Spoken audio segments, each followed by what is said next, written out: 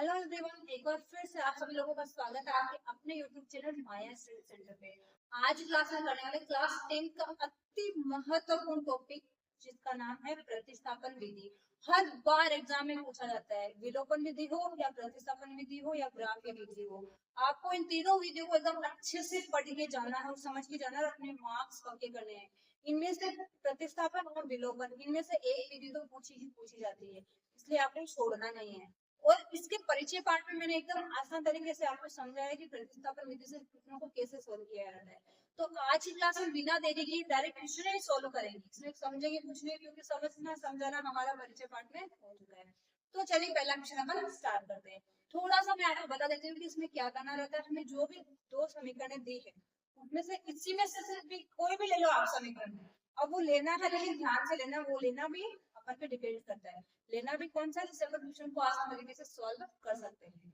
दोनों समीकरणों में से कोई सा भी एक समीकरण ले लो, उसमें से x या y जो मान चले ना, उनका एक का मान निकालेंगे कैसे वो देखिए, ठीक है ना। फिर हम ये क्या करें, जो भी मान आता है ना x या y का, वो जो पहले एक में से लिया है दूसरे समीकरण में रख देना है। इससे x या y का मान अपने आप आते जाते हैं। वो x या y का जो भी आता है उसको फिर से एक समीकरण है ना उसमें रख देना है। जैसे अपन को x और y जो हमारे दो चर है ना उनका मान मिल जाएगा। चर कुछ भी हो सकते हैं, p q r s t, ठीक है ना। तो चलिए बिना देरी के पहला क्वेश्चन स्टार्ट करते हैं। पहला क्वेश्चन हमारा यही, निम्नलिखित समीकरण को प्रतिस्थापन विधि से हल कीजिए। तो पहला क्वेश्चन है x प्लस वाई बराबर 14 और x माइनस वाई बराबर 4। तो हमें पता है कि ये हमारी देखिए समीकरणों को जब अपन सॉल्यूशन निकालते हैं उसको में तो है। अब हमें क्या करना है, सबसे पहला काम क्या करते हैं, हम समीकरण को नामकरण कर देना है, यानी नाम दे देना है। पहली वाली समीकरण एक और दूसरी वाली को समीकरण 2। तो आंसर में हम लिखेंगे x प्लस वाई बराबर 14, यानी ये होगी समीकरण नंबर 1, x माइनस वाई बराबर 4, ये होगी समीकरण नंबर 2।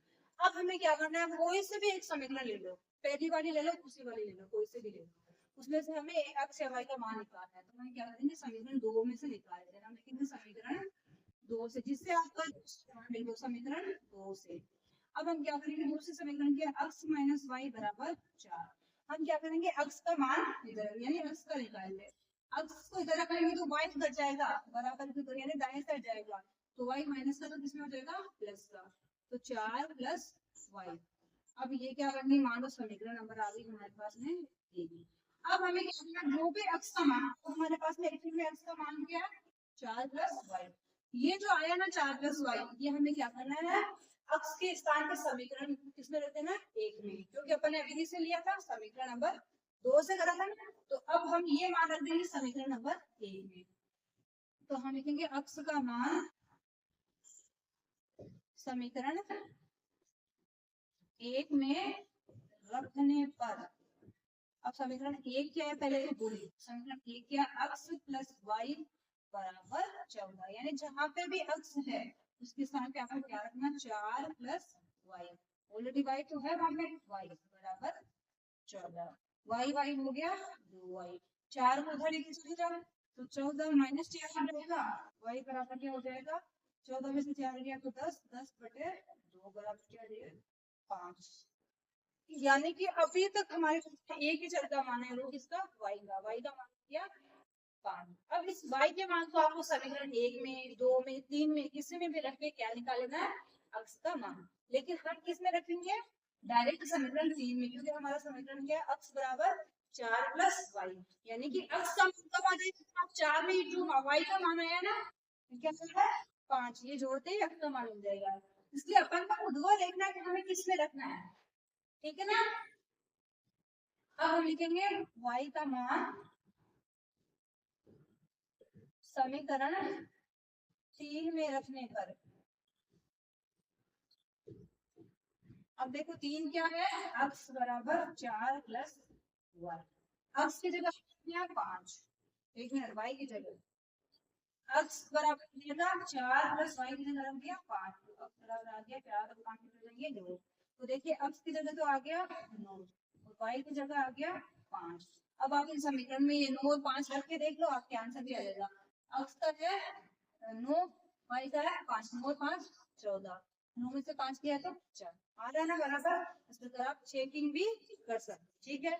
इसी के साथ पहला क्वेश्चन तो हो गया एकदम आसान तरीके से कंप्लीट। अब हम बढ़ते हैं क्वेश्चन नंबर, इसी पहले क्वेश्चन के ही दूसरे क्वेश्चन की तरफ। अब देखिए सेकंड क्वेश्चन क्या है, s माइनस टी बराबर 3 है और एक समीकरण क्या है, s बटा 3 है प्लस t बटा 2 है बराबर 6 है। तो सबसे पहला काम हमको क्या करना है, इनको नाम दे देना। लेकिन कई बच्चे क्या करेंगे, ये भिन्न के रूप में समीकरण दे देते, उसको देख के डर जाएंगे, डरना नहीं है। अपन को क्या करना है, प्रतिस्थापन विधि से कर रहे हैं ना, तो अपन को सबसे पहले वही समीकरण बनाना जो अपन को सरल दिख रहा है। मुझे सरल कौन सा दिख रहा है, पहला वाला समीकरण। तो मैं इसी से s या t का मान निकालूंगी, फिर इसमें दूसरे वाले में रखूंगी, फिर जो भी आ जाएगा वो पहले वाले में रखूंगी। देखना मैं कितने आसान तरीके से अपन सॉल्व करते हैं।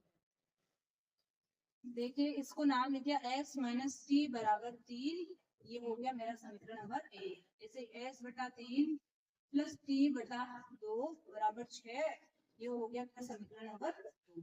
अब मैं क्या लिखूंगी, समीकरण किसे, ए से, क्योंकि मुझे यही आसान दिख रही है। s माइनस टी बराबर 3, ये एक, इससे एक का मान निकाला तो हम क्या लिखेंगे, s बराबर 3 प्लस टी, ये t प्लस सॉरी माइनस है ना, उधर जाएगा तो हो गया प्लस का, तो s बराबर हो गया 3 प्लस टी। अब इसको क्या करना है, आपको समीकरण नंबर 2 में रख देना है। तो हम लिखेंगे s का मान समीकरण 2 में रखने पर, ठीक है।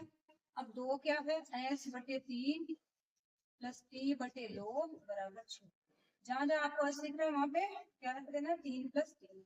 तो मैं यहाँ रखूंगी 3 प्लस टी बटे में क्या है 3 प्लस टी बटे 2 बराबर 6। अब देखो ये वाली लाइन है ना, इसका मतलब नहीं, मैंने केवल इसलिए खींची ताकि मेरे को क्या समझ में आएगा कि मुझे यहाँ से नीचे नहीं जाना है, यहाँ से नीचे नहीं दिख रहा है। क्योंकि कई बार मेरे साथ बहुत बार होता है कि मैं नीचे तक लिखती जाती हूँ, बच्चों को दिखता नहीं, मुझे फिर से फोन को नीचे करके दिखाना पड़ता है। इसलिए मैंने ये लाइन किस लिए की, इसके नीचे नहीं दिख रहा है, ठीक है। अब देखिए जब भी हमें कोई भी संख्या प्लस माइनस में भी दिख रही है, बटे में भी दिख रही है, तो उसके लिए हमें क्या करना पड़ता है, डायरेक्ट सोल्यूशन नहीं कर सकते। ऐसा नहीं कि आप 3 प्लस टी को जोड़ दो, नहीं होगा। हमें क्या करना है, लेस लेना है। लेस हमें लेना 3 और 2 का, तो लेस कितना आ जाएगा 6। अब लेस लेने के बाद जो भी हर है उसका भाग लगा दो, 3 का भाग 6 में लगा तो कितनी बार जाएगा, 2 पर, 2 को गुणा कर दो 3 से, 3 दूनी 6 प्लस फिर से यही है, भाग होता है तो कितनी बार आएगा, 2 बार, 2 को टी से भी गुणा कर दो तो हो गया 2। ऊपर नीचे मतलब ऊपर जितनी भी संख्या सबसे गुणा करना है। 3 3 इन दोनों में बटे में ना, तो 3 का भाग तो एक बार लगा दो, जो भी आता है उसको ऊपर सबसे एक एक करके गुणा कर दो। 2 बार गया तो 3 दूनी 6 2 3 प्लस, और फिर से 2 का भाग लगाओ तो 3 बार जाएगा, 3 दूनी से क्या हो गया 3 बराबर 6। अब ऊपर जो भी नंबर जुड़ रहे हैं उनको जोड़ लो। देखो 2t और 3t कितना हो गया 5t, तो हम लिखेंगे 6 प्लस 5t बटा 6 बराबर 6। हमें पता है कोई भी संख्या ऐसे बटे में होती है तो हम क्या कर सकते हैं, वज्र गुणा। अब आप ऐसे लेस लेना, लेस तो काम भूल गए, हमें क्या कर देना, अब वज्र गुणा। वज्र गुणा करेंगे तो 6 को 6 से किया तो 36, और ये है वैसा का वैसे ही आ जाएगा। 6 प्लस 5 की बराबर 6 6 36। अब 5 टी को तो उधर ही रख लेंगे, 5 है ना, इसको थोड़ा 5 की जैसे लिखते हैं, ये 5, ये सभी एस लग रहा है, कई बच्चे कंफ्यूज होते हैं इसमें। ये 5 टी, ठीक है।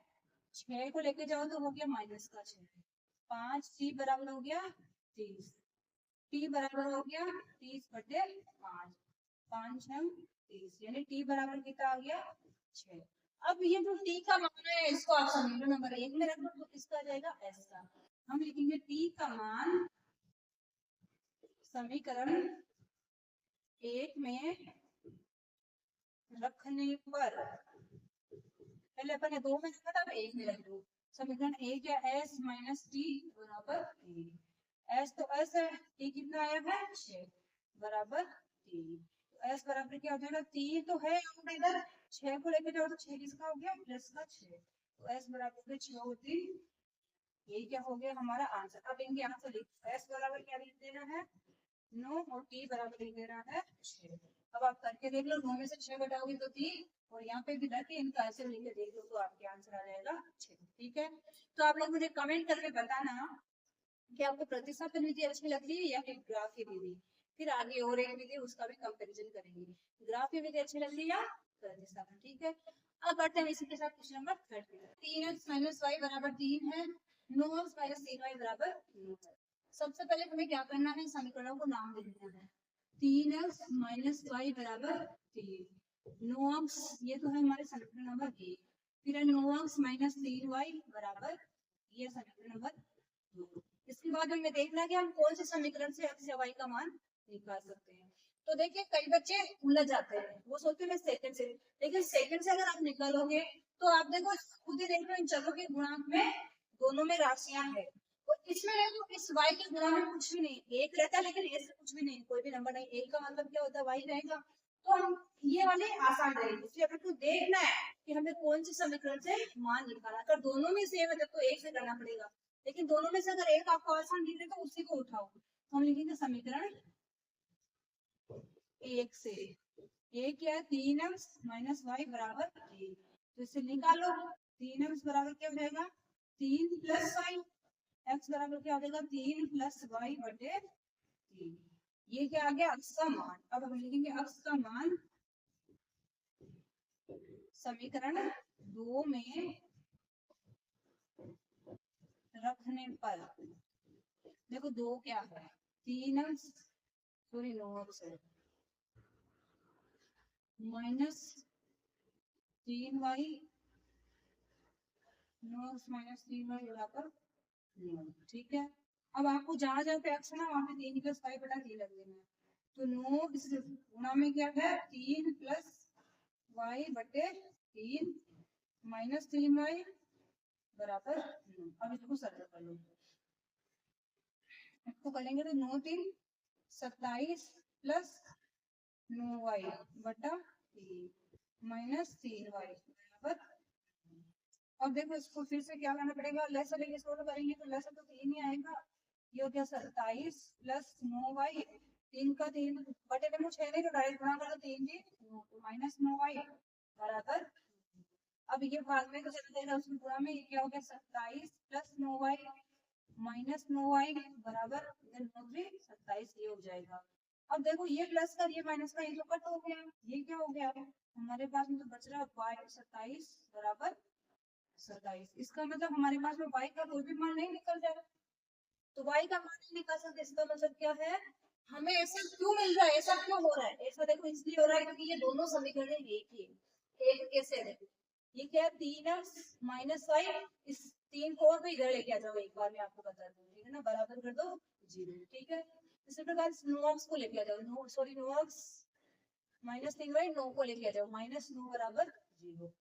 अब देखिए इस समीकरण में आपको कुछ कॉमन दिख रहा है क्या, दिख रहा है, क्या दिख रहा है 3, 3 को कॉमन ले लिया तो क्या हो गया 3 बार आ गया, 3 का भाग होगा तो 3 3 9 यानी 3 फिर इसमें 3 तो बार है तो बच गया y, माइनस है तो माइनस 3 3 9 तो क्या 3 बराबर 0, तो 3x माइनस वाई माइनस 3, ये 3 इसके गुणा में तो बराबर में जाके 0 क्या जाएगा भाग में, ये भी क्या है 3x माइनस वाई माइनस 3 बराबर 0, दोनों समीकरण एक है ना। तो ऐसी कंडीशन में क्या होता है अपन y का मान नहीं निकाल सकते, और ऐसी कंडीशन जब भी आती है तो अपन क्या लिख सकते हैं कि समीकरण 1 और 2 दोनों के लिए क्या होंगे अपरिमित रूप से अनेक हल है। ऐसा जब भी हो जाए तो अपन को क्या लिखना है समीकरण 1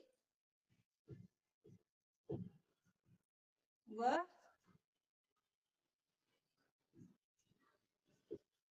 2 के अपरिमित रूप से अनेक हल है, क्योंकि हमारे पास में y का मान तो आया है, तो y का मान नहीं आया तो अपन y के स्थान पे रख थोड़ी सकते भाई समीकरण में, उसमें y का मान रखने पे जब भी तो x का आएगा, हमारे पास में आया नहीं तो अपन ना x का निकाल सकते ना y का निकाल सकते, क्योंकि y का अपन जब y का रखने का जब अपन उस समीकरण में रखेंगे तब x का आएगा।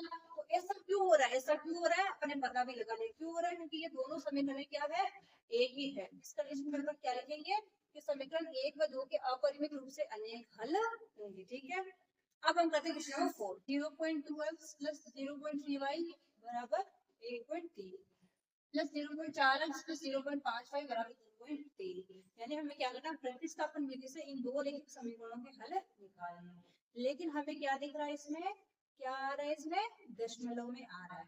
तो क्वेश्चन को एकदम आसान तरीके से सोल्व करने के लिए हमें क्या करना है इस दशमलव को हटा लेना है। अब 10 नंबर कैसे हट सकता है? अगर मैं इन सभी नंबर्स को 10 से गुणा करूँ, 10 कब हट सकता है? भाई किसी में भी 10 आ रहा है, तो मैं अगर इस पहली वाली समीकरण को 10 से गुणा करूँ, जैसे अगर मैंने यहाँ पे है 0.2, इसको अगर मैं 10 से गुणा करूँ तो ये क्या हो जाएगा? ऐसे 20 होएगा, एक संख्या से मैंने 10 फिर से क्या हो जाएगा? 2। ऐसे ही अपन आगे इसको 3 को 1 को 3 को बना लेंगे। लेकिन अगर आप 1 को 10 से गुणा कर रहे हो तो मैथ्स का रूल क्या, आपको समीकरण 2 को भी 10 से गुणा करना पड़ेगा, बराबर बराबर चलाना पड़ेगा। तो अपन क्या करेंगे, समीकरण 1 और 2 दोनों को 10 से गुणा करेंगे ताकि हमारे दशमलव वाला लफड़ा हट जाएगा और अपन आसानी से आंसर निकाल सकेंगे। तो चलिए सबसे पहले अपन क्या करते हैं, इन दोनों समीकरणों को 10 से गुणा कर लेते हैं। तो हम क्या लिखेंगे, समीकरण, इसको नाम दे दो आप 1, इसको नाम दे दो आप 2। अब हम लिखेंगे समीकरण 1 व 2 को 10 से गुणा करेंगे, या करने पर कुछ भी लिखो, ठीक है, करेंगे। ओके, अब करो, इसको करो, 0.2 है तो मैंने क्या बोला था, 0.2 है तो 10 से गुणा करने को क्या बन जाएगा, केवल 2 और 1 जाएगा 7 में, इसको डायरेक्ट हिंदी में प्लस 0.3। देखो मैं आपको करके बता देती हूँ, वहां पे अपन नहीं शो करेंगे। इसको 10 से गुणा करो तो ये क्या बन गया 30, लेकिन एक संख्या से मैंने 10 गुणा तो क्या बन गया 3, तो ये क्या बन गया 3y बराबर, इसमें 1.3 है तो गुणा करेंगे तो क्या हो जाएगा 1.30, तो 0 हट गया तो गुणा करते ये क्या बन गया 1.3 गुणा 10, तो दशमलव इस 130 बन गया, दशमलव यहाँ से कहाँ पे जाएगा, यहाँ से, तो ये क्या बन गया 13, तो ये क्या हो गया 13। ऐसे फिर इसको करो, ये बन गया 4 प्लस वो बन गया 5y बराबर ये क्या बन गया 23। अब आइए हमारे समीकरण ये 1, ये समीकरण 2। अब ये समीकरण है तो थी ना, हमको 10 से गुणा कर दिया तो बन गई ये वाली समीकरण। अब हम क्या करेंगे, समीकरण 1 से मान निकाले थे, जो भी आएगा उसको समीकरण 2 में रख देते हैं। अब इसका मान निकालते हैं, मिलेगी समीकरण 1 से, समीकरण 1 क्या, 2x प्लस 3y बराबर 13। देखिए 2x को किधर रख लेंगे, 13 को उधर लेंगे, सॉरी 3y को उधर लेके जाएंगे तो क्या होगा माइनस का 3y। x को इधर रख के 2 को लेके जाएंगे तो भाग में जाएगा ना, गुणा में चला गया भाग में। अब जो x का मान है इसको समीकरण 2 में रख देना है। अब हम लिखेंगे x का मान,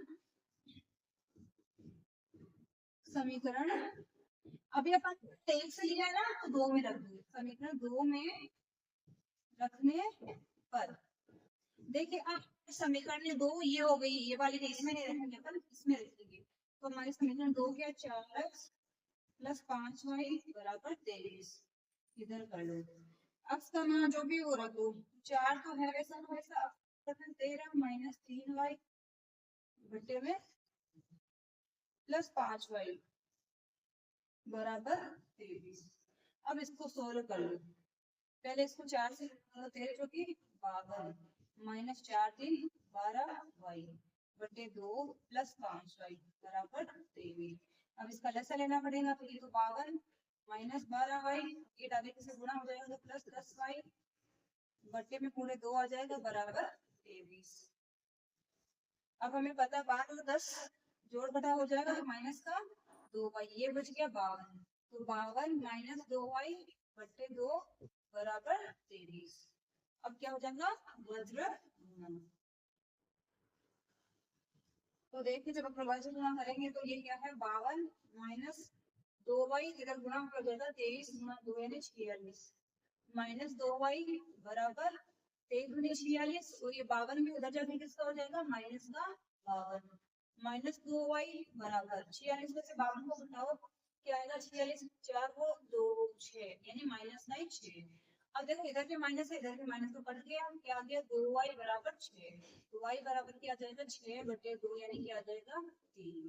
अब हमारे पास में y का मान है, इसको रखना है समीकरण नंबर 1 में, 1 में रख के x का मान निकालेंगे, या फिर आप इसी को समीकरण नंबर 3 नाम ले सकते, तो डायरेक्ट हम इसमें रख देंगे ना, तो इसी से हमारा आ जाएगा x का मान।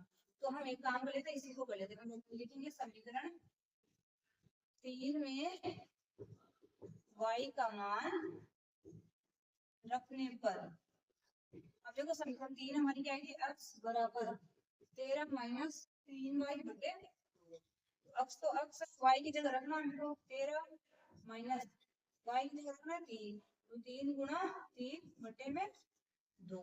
अब इनको जोड़ घटाओ कर लो। x बराबर क्या हो गया 13 माइनस 3 3 9 बटे 2, तो 13 माइनस 9 कितना हो गया 4 बटे 2।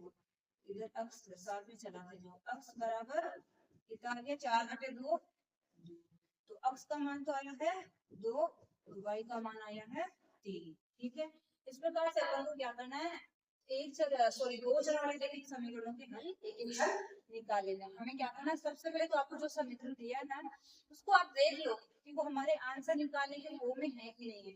एक बार जब नामकरण करते हैं तो पहले हमें देखना तो पड़ता है ना कि नामकरण करने के लायक है कि नहीं है, इसका नामकरण करेंगे तो कैसे करेंगे भाई, अभी कितने दिन का हो गया कि नहीं हुआ। वैसे तो कहते हैं बच्चे का जन्मदिन नामकरण थोड़ी होता है, जब वो 10 दिन का 15 दिन का 20 दिन का 21 दिन का हो जाता है तो उसका नामकरण होता है, ऐसे नहीं होता नामकरण, जन्मदिन नामकरण नहीं होता। तो इसको भी समीकरण को भी अपन को देख लेना है कि ये नामकरण करने की सिचुएशन में है कि नहीं है। अगर कंडीशन में नहीं है तो हमें पहले उसको बनाना पड़ेगा। जैसे अभी इसमें आप डायरेक्ट नामकरण करके इसको कर दो तो थोड़ा आपका मुश्किल होता, इसलिए आपने पहले क्या करना है, इसको देख लेना है, देख के फिर हमें पता चल गया कि इसको भाई अपन दशमलव को हटा सकते हैं। अगर दोनों समीकरणों को पूरी की पूरी समीकरणों को 10 से गुणा करेंगे तो दशमलव पूरा का पूरा हट जाएगा। अगर दशमलव हटा लिया है तो समीकरण आसान हो जाएगी। फिर चाहे फर्स्ट से ले लो चाहे सेकंड से ले लो, किसी से भी x या y का मान निकाल लो, जिसमें से पहले निकाला उसके बाद दूसरे वाले पे रख दो, x का है तो y का आ जाएगा, y का है तो x का आ जाएगा। ठीक है ना, इसी के साथ 4 क्वेश्चन तो हो गया कंप्लीट। अब हम करते हैं क्वेश्चन नंबर 5। अब देखिए हमारा क्वेश्चन नंबर 5 है ना, वो रूट का क्वेश्चन है। देखिए चाहे क्वेश्चन रूट का हो चाहे क्वेश्चन दशमलव का हो, किसी को भी देखिए घबराना नहीं है। एग्जाम में किसी भी प्रकार का क्वेश्चन पूछा जा सकता है, लेकिन फर्स्ट नंबर का जो क्वेश्चन था ना वो अच्छा क्वेश्चन था, इंपोर्टेंट क्वेश्चन था, और क्वेश्चन इसी प्रकार का भी आ सकता है, इसलिए आपको छोड़ना किसी भी क्वेश्चन को नहीं है। क्वेश्चन को ध्यान से करोगे ना तो हर क्वेश्चन आसान लगने लग जाएगा। तो चलिए 5वां क्वेश्चन अपन बिना देरी के स्टार्ट करते हैं। देखिए 5वें क्वेश्चन में क्या है, रूट 2x + 3y = 0। एक तो समीकरण ये है, एक का देखो 3x - 8y = 0। तो सबसे पहला काम हमारा क्या होता है, हम इनको नाम दे देते हैं, रूट 2x + 3y = 0। ये तो हमारे समीकरण नंबर 1। ये रूट 3x - रूट 8y = 0, ये हमारे समीकरण नंबर। इसके बाद में नेक्स्ट स्टेप में अपन क्या करते हैं, समीकरण 1 या 2 दोनों में से किसी में से भी x का या y का मान निकाल लेते हैं। तो हम निकालते हैं 1 से, हम लिखेंगे समीकरण 1 से। समीकरण 1 क्या है, रूट 2x + रूट 3y = 0। अब इसमें से x का मान निकालो तो रूट 2x को इधर रखेंगे तो रूट 3y इधर जाएगा तो हो गया माइनस का रूट 3, सॉरी दोनों ही अंदर ही है, माइनस रूट 3y, माइनस का रूट 3 माइनस रूट 3y। अब x ले लो, x को इधर रख लिए तो माइनस रूट 3y बटे में क्या जाएगा रूट 2। ये आ गई हमारे पास में समीकरण नंबर 3। अब हम क्या करेंगे, इस x का मान क्या करेंगे समीकरण 2 में रखेंगे, तो हम लिखेंगे x का मान समीकरण 2 में रखने पर, देखिए समीकरण 2 क्या है, रूट 3x - रूट 8y = 0। जहाँ पे आपको x दिख रहा है वहां पे आपको क्या रखना है, माइनस रूट 3y बटे रूट 2 इधर रखते हैं, सही रहेगा। रूट 3 का तो 3 है ही, अब इसके गुणा में x का वैल्यू रखना है तो गुणा में रख दो, गुणा माइनस रूट 3, या फिर आप एक काम इसको ब्रैकेट में डाल दो, नहीं तो इसको ब्रैकेट में डाल दो तो भी गुणा में बनता है रूट 3y बटे रूट 2। ठीक है, इसका मतलब ये दोनों के आपस में गुणा में रूट 2 इतना ही तो ना, आगे क्या माइनस रूट 8y = 0। ठीक है, इतना सब क्लियर हो गया। हमें क्या करना है, जहाँ पे आपको x दिख रहा है ना वहां पे ये वाला वैल्यू पुट कर देना है। x कहाँ पे 3, रूट 3 गुणा में है x, x इधर हो गया माइनस रूट 3y बटे में रूट 2 माइनस रूट 8y है। अब इसको ब्रैकेट से क्यों लिया, क्योंकि किसका है माइनस का, इसलिए माइनस का पेपर को ब्रैकेट में रख देना है। अब देखिए हमें पता है कि ये तीनों क्या है गुणा में है, जब आप रूट 3 को रूट 3 से गुणा करते हो तो क्या आता है रूट 2, और रूट 2 का मान क्या होता है 3, लेकिन वो दोनों में ये रूट ना एक माइनस का है तो आंसर बीच में आएगा माइनस का 3। इसको जब सोल्व करेंगे तो क्या आ जाएगा -3y। इतना सब क्लियर हो गया, किसी को डाउट नहीं रहना चाहिए। जब रूट के अंदर मान लो रूट तीन को गुणा किया तो रूट तीन यानी तीन तीन गुना होकर क्या हो जाएगा 9। जब भी दोनों रूट के अंदर सेम संख्या है तो हमेशा आंसर क्या आता है वो रूट ही आता है। जैसे मान लो रूट 5 गुणा रूट 5 है और दोनों रूट में सेम है ना तो इसका आंसर डायरेक्ट क्या आता है हमेशा याद रखना 5। ठीक है क्यों आता है 5 5 25 ये क्या हो जाएगा रूट 25 और 25 का क्या होता है मूल 5। नहीं इस प्रकार की संख्या में हमें क्या करना है डायरेक्टली रख देना है। अब ये माइनस कैसे आएगा हमें एक माइनस का आएगा तो हमने निकाल लिया -3y।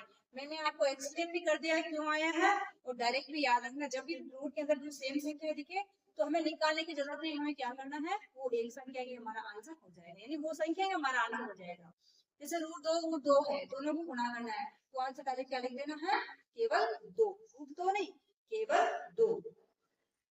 इसका तो हो गया बटे में है रूट 2 इधर माइनस रूट 8y ठीक है बराबर 0। अब देखो इसको आगे सोल्व करते हैं हमें पता है कि भाई बट्टे में है इधर क्या है प्लस माइनस इसका मतलब हमें क्या करना पड़ेगा इसका लेस लेना पड़ेगा। लेस लेने का मतलब इसका लेस क्या आ गया रूट 2। अब रूट 2 का ये तो डायरेक्ट क्या हो जाएगा यही आ जाएगा क्योंकि इस साइड में भाग लेना तो एक आएगा एक के गुणा करेंगे इसको तो रूट 3y माइनस है तो माइनस रूट 2 को आप रूट 8 से गुणा करो रूट 8y ये रूट 2 गुणा रूट 8y 8 में क्या हो गया 16। अब इस y तो अलग है ये y साइड में ठीक है ना 8 में 16 16 का क्या होता है वर्गमूल 4 तो यहाँ पे क्या आ जाएगा 4y बराबर 0। अब हमें पता है कि भाई ये वर्ग गुणा होके क्या हो जाएंगे ये तो आ गया -3y -4y बराबर 0। वही रूट 2 को आप जरूर गुणा करेंगे तो क्या आएगा 0 ही आएगा। 3y 4y कितने हो गए 7y वो भी किसके -7y बराबर 0। अब y क्या हो जाएगा 0 बटे -7 तो 0 में किसी भी संख्या में भाग लगाते हैं तो क्या आता है 0 ही आता है तो y बराबर क्या आ गया 0। अब हम इस y का मान क्या करेंगे समीकरण इसमें रख देंगे 3 में तो हम लिखेंगे y का मान समीकरण 3 में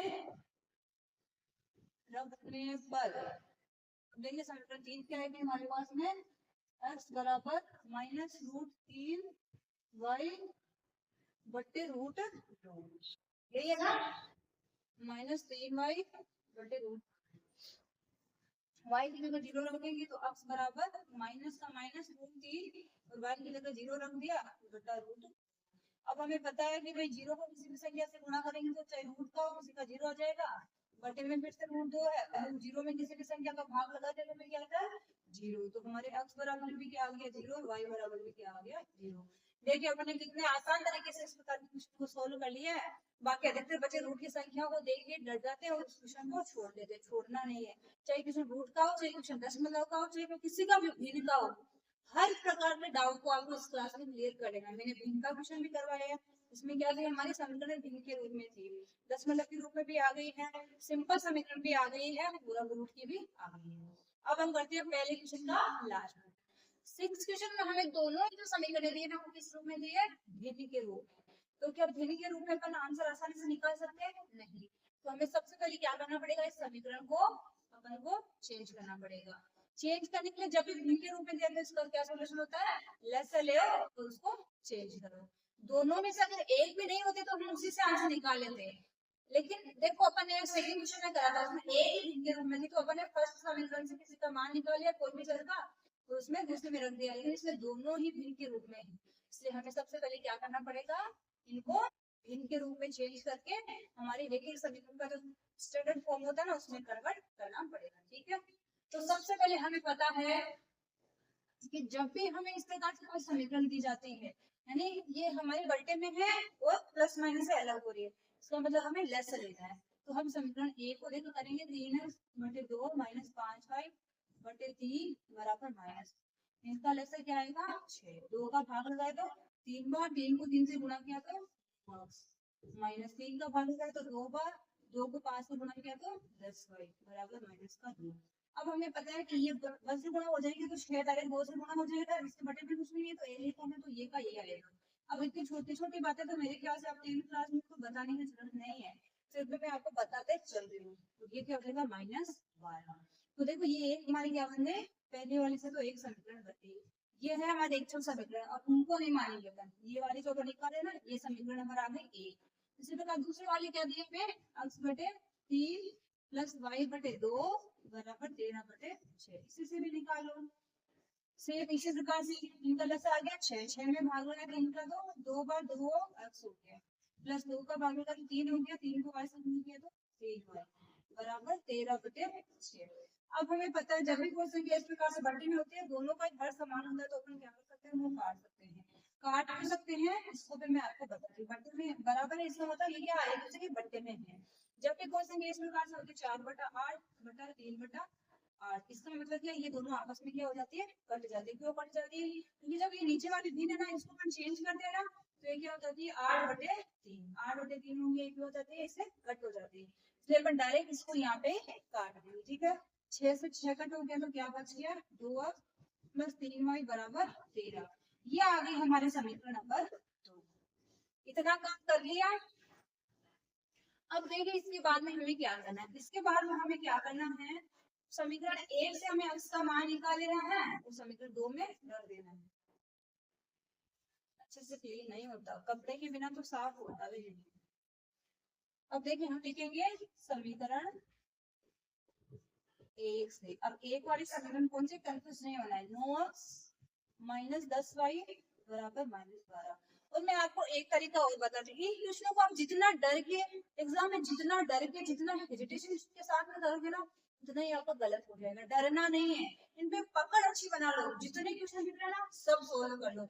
अगर खुद से भी समीकरण बनाने आने लगी है, तो खुद से समीकरण बनाओ। बना बना के जो भी क्वेश्चन दिखता है, 2 चर वाले रेखीय समीकरणों के प्रतिस्थापन विधि से, विलोपन विधि से सरल करने का उतने ही करते जाओ, ताकि आपकी इतनी हैबिट हो जाएगी, आपके सामने किसी प्रकार का क्वेश्चन आ जाए, डरोगे नहीं। क्वेश्चन किस प्रकार का आ सकता है, या तो 2 समीकरण आपको नॉर्मल दी जाए, या 1 बटे में हो सकती है, या दशमलव में हो सकती है, या दोनों बटे में हो सकती है। इनके अलावा तो कुछ आता भी नहीं है। तो मैंने आपको सब प्रकार के क्वेश्चनों को सोल्व करवा दिया है। और उदाहरण वाले क्वेश्चन इसलिए छोड़े जाते हैं क्योंकि आंसर तो उसमें दिया हुआ है, चैप्टर का देख लो, प्रश्न हमने पढ़ लिया है। अब उदाहरण खुद से मिलाओ। जब उदाहरण मिलाओगे तो आपको पता चलेगा कि हमें क्या क्या आ रहा है, क्या क्या नहीं आ रहा है। ठीक है, फिर भी अगर उदाहरण भी आपको समझने हैं, नहीं समझ में आ रहा, तो आप कमेंट करके बता दीजिएगा, उसका सोल्यूशन भी आपको मिल जाएगा। कमेंट बॉक्स में कमेंट करोगे तभी तो पता चलेगा ना कि आपको क्या रिक्वायरमेंट है। ऐसे थोड़ी पता चलता है, क्योंकि ऑलरेडी एग्जाम्पल का आंसर तो आपको दिया हुआ रहता है, जो भी आपके उदाहरण उनका आंसर दिया हुआ है। अगर आपको नहीं समझ में आ रहा दिया हुआ, तो आप कमेंट करके बता दीजिएगा। तो चलिए अब इसको सोल्व करते हैं। हम लिखेंगे समीकरण 1 से। अब हम इसको लिखते हैं, 9x को तो इधर रख लेंगे, 10y लेके जाएंगे तो -12 तो इधर है, 10y हो गया प्लस का 10y। अब इसको इधर रख लेंगे तो 9 चला जाएगा, इन दोनों के बटे में, बटे फिर ये मालूम हमारे आ गई समीकरण नंबर 3। अब हम क्या करेंगे, जो भी x का मान है उसको समीकरण 2 में रख देंगे। हम लिखेंगे x का मान समीकरण 2 में रखने पर, अब 2 देखो कौन सी है, वो ऊपर वाली मत लेना, फिर 2 कौन सी है, ये वाली, 2x प्लस 3y बराबर 13। अब इसमें जहाँ पे आपको x दिख रहा है ना, वहां पे ये पूरा मान रखना है, खाली 12 या 10y नहीं रख देना। हम लिखेंगे 2, इसकी जगह रख दो -12 प्लस 10y बटे 9, इधर क्या है 3y बराबर 13। अब इसको ध्यान से सोल्व करना, क्योंकि हमारे क्वेश्चन थोड़ा सा बड़ा हो गया है ना, इसका आंसर निकालोगे ना तो गड़बड़ हो सकती है। सबसे पहले हमें क्या करना है, इस ब्रैकेट को खोल लेना है, क्योंकि ये 2 है ना, इस अक्ष के गुणा में, यानी दोनों के गुणा में, तो 2 को 12 से गुणा किया तो क्या हो गया 24 माइनस का प्लस 2 10 20 y बटे में 9 है प्लस 3y बराबर 13। अब हमें पता है डायरेक्ट क्या कर देंगे, 9 को 3y से गुणा कर देंगे, भाई ऐसे लेओगे तो भी इसके तो यही आने वाला है ऊपर, और ये ऐसे गुणा होता है डायरेक्ट। अपन करते हैं छोटे क्लासेस से, तो हम क्या लिखेंगे -24 प्लस 20y और इसके बटे में 9y, इधर 9 प्लस यहाँ पे क्या होगा 27y बराबर 13। अब हमें पता है कि ये दोनों क्या हो जाएंगे, आपस में गुना हो जाएंगे, ये 20 और 27 दोनों मिलकर कितने हो जाएंगे 43y। तो लिखेंगे 43y माइनस 24 और बराबर 13 गुना 47y बराबर क्या हो जाएगा, इसको उधर लेके जाओगे तो प्लस का हो जाएगा 24, और 13 ना कितना होता है 117 ना, 117 प्लस 24 जोड़ दो 47 y बराबर 11 पे हंस लगे 2 3 4 1 3 बार कटेगा क्या ये?